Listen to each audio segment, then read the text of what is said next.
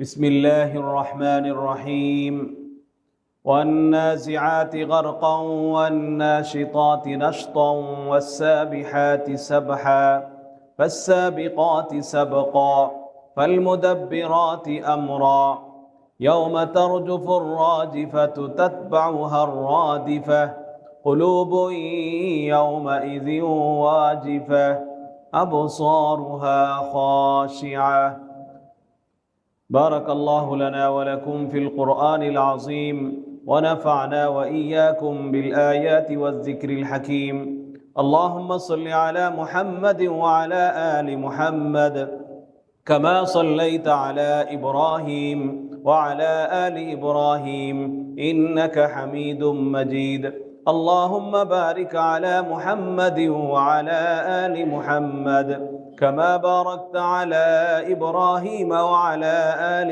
إبراهيم إنك حميد مجيد আল্লাহ সুবহানাহু ওয়া তাআলার অসংখ্য অগণিত শুকর যে আল্লাহ সুবহানাহু ওয়া তাআলা আমাদেরকে এশার নামাজ জামাতের সাথে আদায় করার পরে আজকে এমন একটি মহিমান্বিত দিন, যেই দিনে হুজ্জাজে কেরাম আল্লাহ সুবহানাহু ওয়া তাআলার মেহমানগণ আরাফার ময়দানে তারা অবস্থান করছেন। গুরুত্বপূর্ণ একটি দিন, গুরুত্বপূর্ণ একটি সময়। যদিও আমাদের তারিখ হিসাবে আমরা আগামীকালকের আমরা ঈদের আগের দিন হিসাবে 9 তারিখ হিসাবে আরাফার দিবসটা তারিখের ভিন্নতার কারণে, চাঁদ দেখার ভিন্নতার কারণে আমরা আগামীকালকে আরাফার রোজা পালন করব, কিন্তু আরাফার ময়দানে অবস্থানটা কিন্তু আজকেই হয়ে গেছে। হুজ্জাজে কেরাম আরাফার ময়দানে ওকুফে আরাফার যে বিধান ফরজ হজের, এই ফরজটা কিন্তু তারা আজকেই আদায় করে ফেলেছেন। এমন একটি গুরুত্বপূর্ণ একটি দিনে, গুরুত্বপূর্ণ একটি সময়ে, গুরুত্বপূর্ণ একটি দশকে আল্লাহ সুবহানাহু ওয়া তাআলা আমাদেরকে কোরআনে কারীমের তাফসিরে, কোরআনে কারীমের দার্সে, ধারাবাহিক এই দারসুল কোরআনে আমাদেরকে একত্রিত হওয়ার, উপস্থিত হওয়ার, অংশগ্রহণ করার তৌফিক দান করেছেন। এই জন্য মহান রব্বে করিমের দরবারে আমরা শুকর আদায় করছি, সকলেই বলি আলহামদুলিল্লাহ। আপনাদের এখানে যে ঘোষণা শুনেছি যে আপনারা একটু পরেই একটি পরীক্ষায় অবতীর্ণ হবেন, আসলে আমরা বিভিন্ন বয়সের এখানে আমরা আছি, সবাই একই বয়সের না। সবচেয়ে সুন্দর যে বিষয়টা সেটা হচ্ছে যে সাহাবায়ে কেরাম রিদওয়ানুল্লাহি তাআলা আলাইহিম আজমাইন রাসূল আকরাম সাল্লাল্লাহু আলাইহি ওয়াসাল্লামের সামনে এভাবেই বিভিন্ন বয়সের সাহাবায়ে কেরাম, একই বয়সের তারা ছিলেন না, বিভিন্ন বয়সের ছিলেন, কিন্তু একটি দার্সে, একটি হালাকায় আল্লাহ রসুলের সাথে তারা কি করতেন? বসতেন। তো আমরাও সেই স্মৃতিকে জাগরণ করছি, সেই স্মৃতিকে আমরা ভাস্বর করছি যে আমরাও আল্লাহ রসুল সাল্লাল্লাহু আলাইহি ওয়াসাল্লামের সাহাবায়ে কেরামের যে যে দৃশ্য, সেই দৃশ্যটা আমাদের মধ্যেও কি হয়েছে, আমাদের মাধ্যমেও সেই দৃশ্যটা প্রতিফলিত হচ্ছে। তো আপনাদেরকে ধন্যবাদ জানাই, শুকরিয়া জানাই যে আপনারা ব্যস্ততা সত্ত্বেও ঈদের ঠিক আগ মুহূর্তে, যখন সবার অনেকগুলো ব্যস্ততা আছে, এই ব্যস্ততা সত্ত্বেও আপনারা এখানে কোরআনে কারীমের আলোচনা শোনার জন্য আপনারা এখানে বসেছেন। আল্লাহ সুবহানাহু ওয়া তাআলা আমাদের সকলকে, আমাদেরকে উত্তম জাযা দান করুন, আল্লাহুম্মা আমিন। আমাকে যে বিষয়ে আলোচনা করার জন্য বলা হয়েছে, সময় খুব কম, যে আপনারা এর আগে আলোচনা শুনেছেন, আপনাদের বিজ্ঞ ইমাম সাহেবের পক্ষ থেকে উনি আলোচনা করেছেন ধারাবাহিকভাবে। সূরা নাবার আলোচনা শেষ হয়েছে আলহামদুলিল্লাহ। এখন আমরা যে আলোচনাটি আজকে শুরু করেছি, যে সূরাটি, সেই সূরা হচ্ছে সূরা নাজিয়াত। এই সূরার নাম হচ্ছে সূরা নাজিয়াত। আমরা প্রথমে সূরার পরিচিতি জেনে ফেলি যে এই সূরার নাম হচ্ছে সূরা নাজিয়াত। নাজিয়াত শব্দের অর্থ হচ্ছে কঠোরভাবে, নির্মমভাবে টানা, নির্মমভাবে কি টেনে বের করা। নাজিয়াত শব্দ নাজআন শব্দ থেকে এসেছে, যে নির্মমভাবে, কঠোরভাবে টেনে বের করা। এই সূরার নাম হচ্ছে নাজিয়াত, তার অর্থ হচ্ছে কঠোরভাবে, নির্মমভাবে টেনে বের করা। এই সূরাটা মক্কায় অবতীর্ণ হয়েছে। এই সূরার মধ্যে 46টি কি আছে? আয়াত আছে।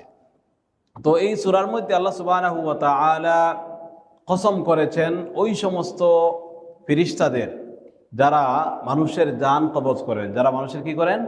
জান কবজ করেন। এবং পাশাপাশি এই প্রথম 5টি আয়াতে আল্লাহ সুবহানাহু ওয়া তাআলা ওই ফেরেশতাদের 5টি গুণের আলোচনা করেছেন। ফেরেশতাদের 5টি গুণের আলোচনা করেছেন। ওই আলোচনা করেই আমি বিশেষ করে ফেলতেছি ইনশাআল্লাহ। আল্লাহ রাব্বুল আলামিন প্রথম আয়াতে, সূরা নাজিয়াতের প্রথম আয়াতে বলেন, ওয়ান নাজিআতি গারকা। ওয়ান্নাজিআতি গারকা, যে শপথ ওই সকল ফেরেশতাদের যারা কাফিরদের প্রাণ টেনে নির্মমভাবে কঠোরভাবে টেনে বের করে আনেন। কাফিরদের প্রাণ, তাদের প্রাণটা কিভাবে বের হয়, যে আল্লাহ তাআলা বলতেছেন অত্যন্ত নির্মমভাবে কঠোরভাবে কঠিনভাবে তাদের জান কি টেনে বের করে আনেন। তারা জান বের হতে চাবে না। হাদিসের মধ্যে আসছে যে কাফিরদের প্রাণ রূহ এমন অবস্থা সৃষ্টি হবে যখন মালাকুল মাউতকে যখন তারা দেখবে, আজরাইলকে যখন তারা দেখবে, তাদের অবস্থা এমন সৃষ্টি হবে যে শরীরের ভিতরের বিভিন্ন জায়গায় গিয়ে তারা ওই প্রাণটা লুকাতে চাইবে, বের হতে চাইবে না। এরপরেও ফিরিস্তা তো কঠোর পরাক্রমশালী ফিরিস্তা, আল্লাহ তাআলা ওনাকে শক্তি দিয়েছেন, ক্ষমতা দিয়েছেন, তিনি টান মেরে প্রাণটা বের করে আনবেন। এরপরে আল্লাহ তাআলা বলেন ওয়ান্নাশিতাতি নাশতা, কসম ওই সকল ফিরিস্তাদের, যে সকল ফিরিস্তারা মুমিনদের প্রাণ, ইমানদারদের প্রাণ অত্যন্ত আদরের সাথে কোমলভাবে বের করে আনেন। কোমলভাবে কি করেন? বের করে আনেন। তাহলে এই দুই আয়াতই আমরা বুঝতে পারতেছি কাফিরদের প্রাণ কিভাবে বের হবে আর মুমিনদের প্রাণ কিভাবে বের হবে। এখানে একটা প্রশ্ন জাগতে পারে যে দুনিয়ার বিচারে, দুনিয়ার দৃশ্যে তো আমরা কাফিরদের প্রাণ বের হওয়ারও কঠিন কোনো আলামত আমরা পাই না। মুমিনদের প্রাণ বের হওয়ারও খুব আরামের সাথে প্রাণ বের হচ্ছে সেটাও আমরা দেখতে পাই না। তাহলে কিভাবে কঠিনভাবে বের হয় কিভাবে, আর মুমিনদের প্রাণ সহজভাবে কোমলভাবে আলতো করে ফেরেশতারা বের করে আনেন কিভাবে? এই প্রশ্নের উত্তর মুফাসসিরিনে কেরাম এভাবে দিয়েছেন যে মুমিনদের প্রাণ যখন ফেরেশতা বের করে আনেন, বাইরের জগতের সাথে, বাইরের দেহের সাথে, শরীরের সাথে আসলে কোনো সম্পর্ক থাকে না। ভিতরে মুমিনরা এমন অবস্থা সৃষ্টি হয় যে মুমিনরা আল্লাহ রাব্বুল আলামিনের মুলাকাতে, আল্লাহ রাব্বুল আলামিনের সাক্ষাতে তারা কিভাবে গিয়া পৌঁছবেন সেই এরকমের একটা অধীর আগ্রহে তারা কি থাকেন, অপেক্ষায় থাকেন। আর কাফিরদের অবস্থা এমন অবস্থা সৃষ্টি হয় যে তারা লুকোচুরি খেলতে থাকে, তারা লুকালুকি করতে থাকে যে কিভাবে জান যেন বের হওয়া থেকে, মালাকুল মউতের চঙ্গল থেকে, আক্রমণ থেকে তারা বাঁচতে পারে। এই জন্য এই সকল অবস্থা হয় রূহের সাথে, আত্মার সাথে। তার কারণে আমরা বাহ্যিক দৃষ্টিতে আমরা কি এগুলো দেখতে পারি না। অনেক সময় আমাদের মধ্যে ভুল ধারণা সৃষ্টি হয়।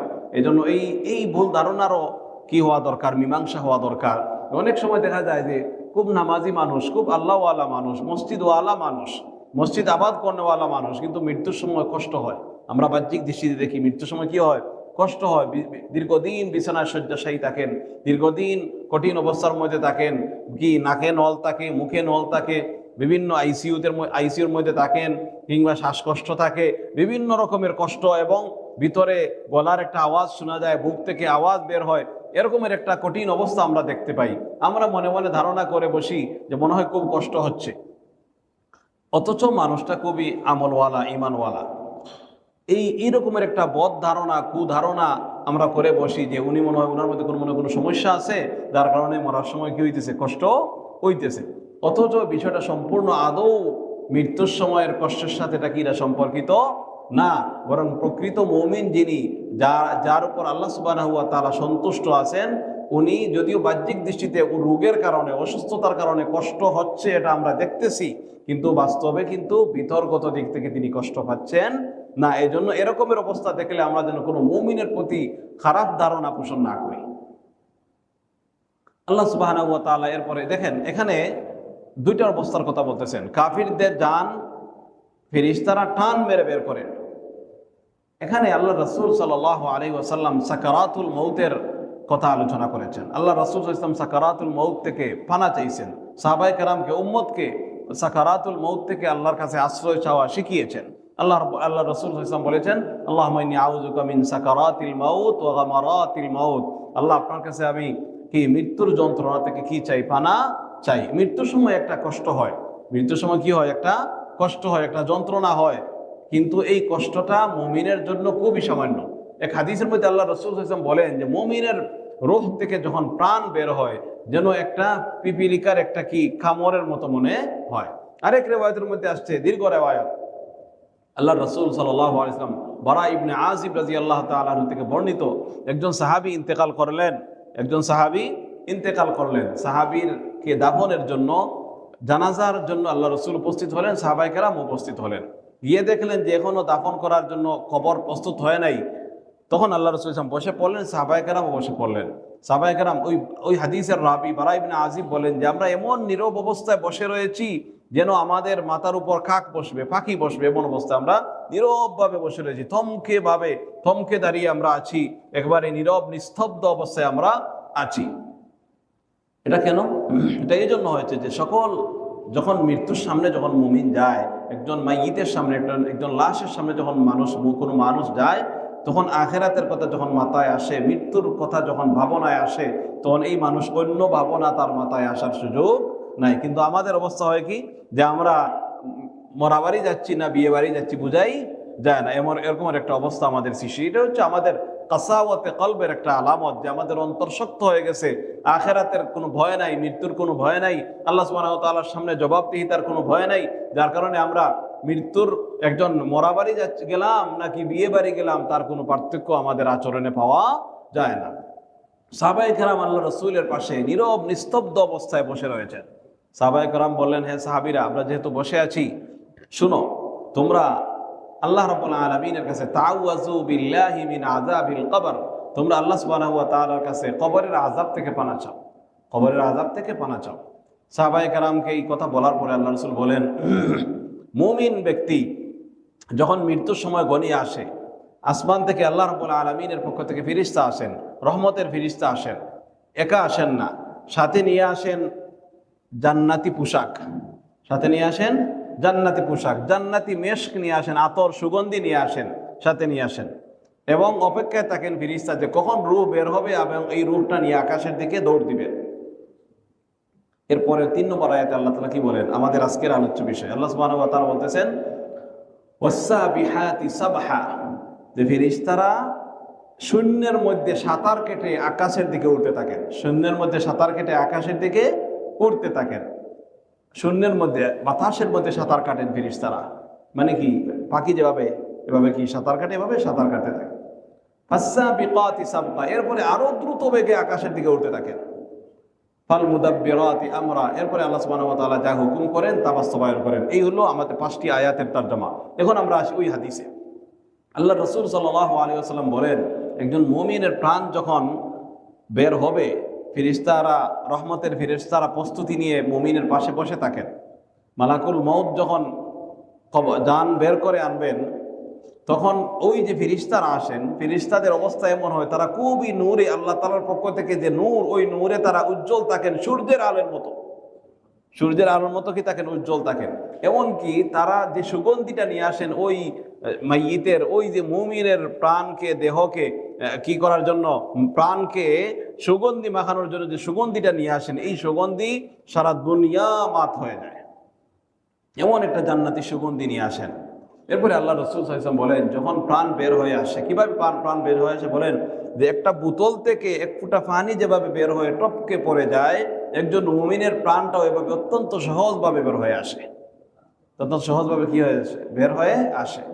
এরপরে ওই প্রাণ আজরাইল যখন, মালাকুল মউত যখন ওই প্রাণ বের করে আনার সাথে সাথে যখন রহমতের ফেরেশতার কাছে দেন, ফেরেশতা সাথে সাথে নিয়ে ওই জান্নাতি পোশাকে নিয়ে মুড়িয়ে ফেলেন।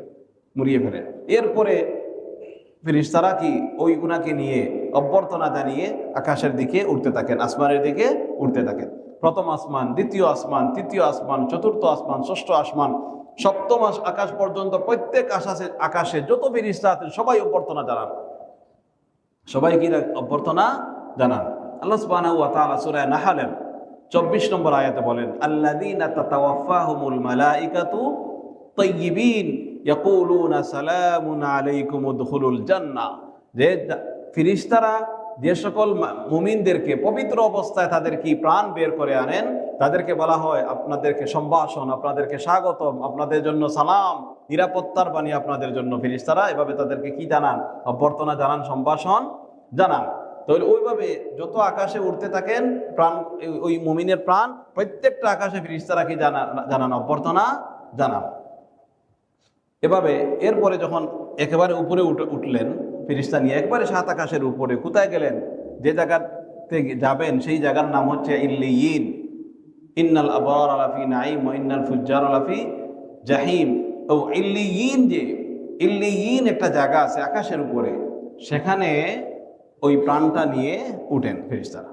এখন প্রশ্ন জাগতে পারে, সোয়াল জবাব হয় মাটির নিচে, আবার এই প্রাণকে এই লিগিনের মধ্যে নিয়ে উঠেন, তাহলে সোয়াল জবাব কোথায় হয়? এটা তো কবরে, আমরা সকলে জানি সোয়াল জবাব কোথায় হয়? কবরে হয়। তাহলে আবার এই লিগিনের মধ্যে উঠেন ফেরেশতারা ওই প্রাণকে, এই প্রশ্নের জবাব কি? এই প্রশ্নের জবাব হাদিসের মধ্যে আসে। এই হাদিসের মধ্যে আছে, আল্লাহ রাসূল সাল্লাল্লাহু আলাইহি ওয়াসাল্লাম বলেন যে ইল্লিয়িন পর্যন্ত যখন ওই প্রাণকে নিয়ে উঠান ফেরেশতারা, রহমতের ফেরেশতারা উঠেন, তখন ওই ব্যক্তির আমলনামা ইল্লিয়িনে রাখার পরে প্রাণ আবার জমিনে ফেরত দেওয়া হয়। রূহটা আবার জমিনে কি করা হয়? ফেরত দেওয়া হয়, কবরে রাখা হয়, এরপরে সোয়াল জবাব হয়। এরপরে কি হয়? সোয়াল জবাব হয়। আল্লাহ রাসূল, দীর্ঘ হাদিস আমি সংক্ষিপ্ত করে ফেলতেছি। আল্লাহ রাসূল সাল্লাল্লাহু আলাইহি ওয়াসাল্লাম বলেন, একজন কাফিরের প্রাণ যখন ফেরেশতা নিয়ে আসেন, ফেরেশতা অত্যন্ত ভয়ঙ্কর অবস্থায়, রুদ্র মূর্তি ধারণ করে ফেরেশতা আসেন, অত্যন্ত ভয়ঙ্কর অবস্থায় আছেন। যান পোশাক তো দূরের কথা, একটা চাটাই, একটা চাটাই নিয়ে আসেন, একটা বস্তা নিয়ে আসেন তার প্রাণকে, রূহকে মুড়ানোর জন্য। অত্যন্ত বিপৎস অবস্থায় ফেরেশতা আসেন, অত্যন্ত ভয়ঙ্কর অবস্থায় ফেরেশতা আসেন। এবং এই যে পোশাকটা নিয়ে আসেন, এই যে ছাটাই বা বস্তা নিয়ে আসেন, এটার মধ্যে অত্যন্ত আবর্জনা এবং দুর্গন্ধ থাকে। এই আশপাশ দুর্গন্ধে মাত হয়ে যায়, যেটা আমরা অনুভব করতে পারি না। একজন কাফিরের প্রাণ এভাবে নেওয়ার জন্য ফেরেশতারা আসেন, ভয়ঙ্কর রূপ ধারণ করে ফেরেশতারা আসেন। মালাকুল মাউত যখন টান মেরে, ওই যে ওয়ান্নাজিআতি গারকা, যে ফেরেশতা যখন টান মেরে তার প্রাণ নিয়ে বের হন, তখন ওই প্রাণটাকে কি করে? একবার নিক্ষেপ করেন ওই ফেরেশতাদের কাছে। ফেরেশতারা প্রাণটা নিয়ে ওই বস্তার মধ্যে মুড়াইয়া আকাশের দিকে কি উড়তে থাকেন। তো এভাবে তাদের অবস্থা, কাফিরদের প্রাণ রূহ কবজের এই অবস্থা হয়ে থাকে। তো আল্লাহ রাসূল সাল্লাল্লাহু আলাইহি ওয়াসাল্লাম বলেন যে তোমরা কবরের আযাব থেকে কি চাও? পানা চাও। তাআউযু বিল্লাহি মিন আযাবিল কবর, তোমরা আযাবে কবর থেকে তোমরা কি চাও? আল্লাহ তাআলার কাছে পানা চাও। তো যাই হোক, এরপরে তৃতীয় আয়াতে কি বলেছেন? আল্লাহ তাআলা যে ফেরেশতারা আকাশের দিকে উঠতে থাকেন, কি একবারে সাঁতার কাটার মতো আকাশের দিকে উঠতে থাকেন, এরপরে আরো দ্রুত বেগে উঠতে থাকেন। এরপরে কি আল্লাহ সুবহানাহু ওয়া তাআলা তাদের বেলায় যে মুআমালা করার কথা, যে আচরণ করার কথা, সেই আচরণটা তাদের সাথে কি করেন? আল্লাহ সুবহানাহু ওয়া তাআলার নির্দেশে ফেরেশতারা তাদের সাথে ভালো হলে ভালো আচরণ, খারাপ হলে কি করেন? খারাপ আচরণ করেন। এজন্য এই যে 5টি আয়াত, এই 5টি আয়াতের মধ্যে আল্লাহ রাব্বুল আলামিন জান কবজের সাথে, মুমিনের রূহ কবজের সাথে, রূহকে বের করার সাথে সংশ্লিষ্ট ফেরেশতাদের কি করলেন? 5টি গুণের কথা আলোচনা করলেন। এরপরে আল্লাহ তাআলা বলেন, ওই জায়গাতে কসম আছে। এখানে এই যে কিন্তু 5টা আয়াতের মধ্যে কিন্তু আল্লাহ তাআলা কসম করেছেন। কসমের সাথে, যারা মাদ্রাসায় পড়েছে, যারা এখানে আছেন, তালবে ইলম ভাইরা এখানে আছেন, কসমের সাথে কিন্তু একটা জবাবে কসম থাকে। এটা কি থাকে? যে কসম কেন করলেন, কসমের উদ্দেশ্য কি? আমরা যদি বলি যে আমি কসম করলাম, আপনারা অপেক্ষায় থাকবেন যে হুজুর কসম কেন করলেন, কোন বিষয়টাকে আমাদেরকে বিশ্বাসযোগ্য করার জন্য কসম করলেন, এরপরে তো আর বলতেছেন না, একটা প্রশ্ন থাকে না? এই জন্য কসমের সাথে একটা জবাবে কসম থাকে। জবাবে কসম হইল মানে কসমের একটা জবাব হইল, কসমের পাল্টা যে দিকটা হইল যে আল্লাহ তাআলা এখানে উজ্জ্ব রেখেছেন, যে আল্লাহ তাআলা বোঝাতে চাইছেন আমাদেরকে, সকলকে একথা বলতে চাচ্ছেন এখানে কোরআন এই কসমের দ্বারা, যে কিয়ামত অবশ্যই সংগঠিত হবে। কিয়ামত অবশ্যই কি হবে? সংগঠিত হবে। এখন প্রশ্ন জাগলো যে আল্লাহ তাআলা কিয়ামতের আলোচনা করবেন, কিন্তু এখন মানুষের মৃত্যুকালীন যে ঘটনা, মৃত্যুকালীন যে অবস্থা সৃষ্টি হয়, এই আলোচনা কেন করলেন? এই আলোচনার জবাব আল্লাহ রাসূল সাল্লাল্লাহু আলাইহি ওয়াসাল্লাম অন্য এক হাদিসের মধ্যে বলতেছেন, মান মাতা ফাকাদ কামাত কিয়ামাতুহু, যে ব্যক্তি মারা যায় তার কিয়ামত তখন থেকেই কি হয়ে যায়? শুরু হয়ে যায়। সুতরাং এখানে কিয়ামতের বাইরের কোনো আলোচনা না, আল্লাহ রাব্বুল আলামিন আলোচনা করলেন মুমিনের প্রাণ বের করার, ভালো হলে মুমিনের প্রাণ বের করার আলোচনা করলেন, কাফিরের প্রাণ বের করার আলোচনা করলেন। কিভাবে, কোন পদ্ধতিতে, কিভাবে ফেরেশতারা মানুষের প্রাণ বের করেন, এই আলোচনা করার দ্বারা আল্লাহ তাআলা বুঝাইলেন যে একজন মানুষ যখন মারা যায়, তখন এই মারা যাওয়ার সাথে সাথে তার কিয়ামত শুরু হয়ে যায়। যার কারণে আল্লাহ তাআলা কসম করার পরে জবাবে কসম এখানে উজ্জ্ব রয়েছে, যে আল্লাহ তাআলা বললেন যে কিয়ামত অবশ্যই কি হবে? কায়েম হবে, অবশ্যই সংগঠিত হবে, এতে কোনো সন্দেহ নাই। আল্লাহ তাআলা কোরআনে কারীমের বিভিন্ন সূরার শুরুতে কসম করেছেন। কসম করার উদ্দেশ্য এটা না যে আমাদেরকে বিশ্বাসযোগ্য করে তোলা। আল্লাহ তাআলা যদি একটা কসম কোরআনে কারীমে না করতেন, আমরা কি অবিশ্বাস করবো কোনো কিছু? আমরা কোনো কিছুই অবিশ্বাস করবো না। এরপর আল্লাহ তাআলা কেন কসম করেছেন? কসম করা দ্বারা অনেকগুলো উদ্দেশ্য আছে, তোর মধ্যে দুইটা উদ্দেশ্য। একটা উদ্দেশ্য হইল যে কসম করা দ্বারা উদ্দেশ্য হচ্ছে যে জিনিসটার কসম করতেছেন ওই জিনিসটাকে অর্থবহ এবং গুরুত্বপূর্ণ হিসাবে আমাদের সামনে উপস্থাপন করা। গুরুত্বপূর্ণ হিসাবে কি করা? আমাদের সামনে উপস্থাপন করা। আল্লাহ সুবহানাহু ওয়া তাআলা এই আয়াতগুলোতে জান এবং রূহ কবজের সাথে, রূহ বের করার সাথে সংশ্লিষ্ট ফেরেশতাদের কসম করে আমাদেরকে বুঝাইলেন যে এই ফেরেশতারা মুমিনদের জন্য তো ভালো আচরণ করবেন, কাফিরদের জন্য তারা রুদ্রমূর্তি ধারণ করবেন। এই জন্য এই ফেরেশতারা আল্লাহ তাআলার কাছে অনেক গুরুত্বপূর্ণ। এই ফেরেশতারা অনেক বড় মহৎ একটি কাজ, গুরুত্বপূর্ণ একটি কাজ তারা কি করেন? আঞ্জাম দিয়ে থাকেন। এই জন্য আল্লাহ তাআলা এই ফেরেশতাদের কি করলেন? কসম করলেন এবং তাদের কার্যক্রমের 5টি বিবরণ, গুণাগুণের আলোচনা আল্লাহ তাআলা করলেন।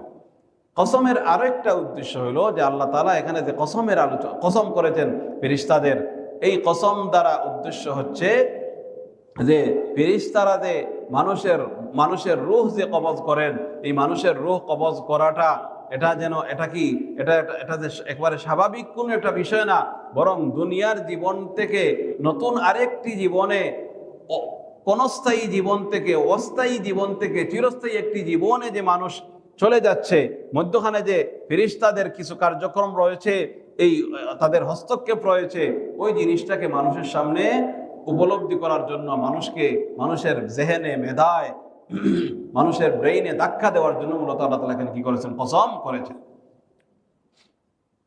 এরপরে 6 নম্বর আয়াতে বলেন ইয়াউমা তারজুফুর রাজিফা, সেদিন কি হবে? জমিনে কম্পন সৃষ্টি হবে।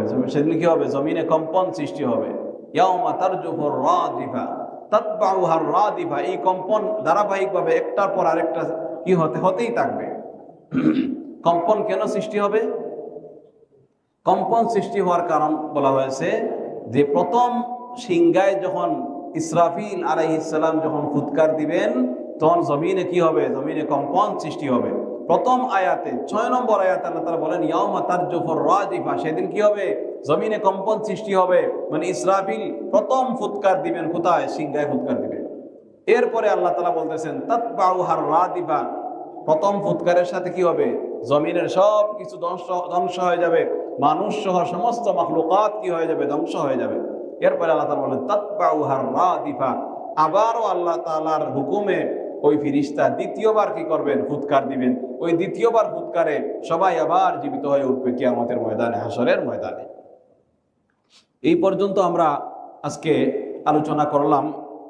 আল্লাহ সুবহানাহু ওয়া তাআলা আমাদেরকে এই যে মৃত্যুকালীন অবস্থার যে ভয়ঙ্কর পরিস্থিতি আল্লাহ তাআলা বর্ণনা করলেন, এবং মুমিনদের জন্য ভালো অবস্থা, মুমিনদের জন্য ফেরেশতারা অত্যন্ত কি আলতো করে, অত্যন্ত কি মুমিনদেরকে আদর করে, মুমিনদের প্রাণ যে আল্লাহ কি করবেন? ফেরেশতারা বের করে আনবেন। এই দুইটা অবস্থার সাথে আমরা এই আলোচনা থেকে আমরা যে জিনিসটা শিক্ষা পাই সেটা হচ্ছে যে আমরা প্রকৃত মুমিন যদি হই তাহলে ফেরেশতাদের কাছ থেকে আমরা ভালো আচরণ পাবো।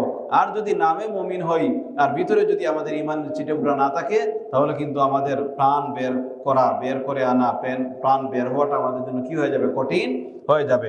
এই জন্য এই সময়টা অত্যন্ত সঙ্গীন সময়, কঠিন সময়, মৃত্যুকালীন সময়। ঈমানদারদের জন্য এটা আবার আনন্দেরও সময়। কেন আনন্দের সময়? যে আল্লাহ তাআলা বলেছেন ইরজিই ইলা রাব্বিকি রাযিয়াতাম মারদিয়া, যে তোমরা কি আল্লাহ তাআলার কাছে প্রত্যাবর্তন করো এমন অবস্থায় যে আল্লাহ তাআলাও তোমাদের উপর সন্তুষ্ট, তোমরাও আল্লাহ তাআলার উপর কি সন্তুষ্ট।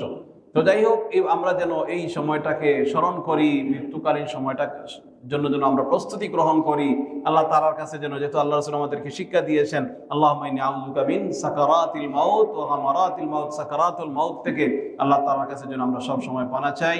আমরা আজকের এই আলোচনা থেকে আমরা যা কিছু শুনলাম, যা কিছু বললাম, আল্লাহ তাআলা আমাদের সকলকে আমল করার এবং আখিরাতের প্রস্তুতি গ্রহণের তৌফিক দান করুন। আমিন। ওয়া আখিরু দাওয়ানা আলহামদুলিল্লাহি রাব্বিল আলামিন। আসসালামু আলাইকুম ওয়া রাহমাতুল্লাহি ওয়া বারাকাতুহু।